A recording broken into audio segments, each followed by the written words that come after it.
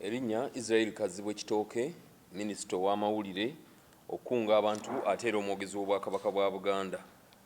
Olunaku olwaleero nga 15 Ogwokuna 2024, Ssaabasajja Kabaka asiimye n'akola enkyukakyuka mu baami be okuviira ddala ku batongole, ab'amagombolola n'abaami ab'amasaza, era enkyukakyuka zino zigenda kutandikirawo okukolerawo.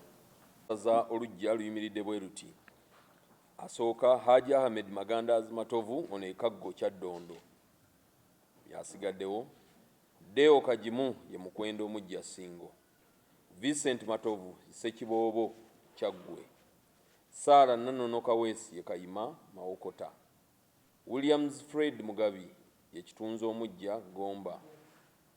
Jude Muleke Pokino ye Webuddu asigaddewo. Samuel Semugoma Mugerere Bugerere. Ronald Mulondo Kangao Bulemezi.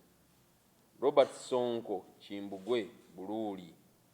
Charles Kiberu Kisiriza Sebwana Busiro. Israel Lubega Maaso ye Kasujju Busujju.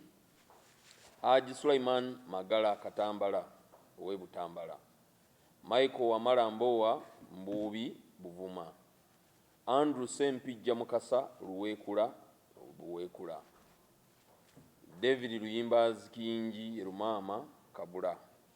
Gertrude Nakalanzi Sebugwawo omukwanaganya w'emirimu gya Ssaabasajja Kabaka mu ssaza ly'e Kkooki.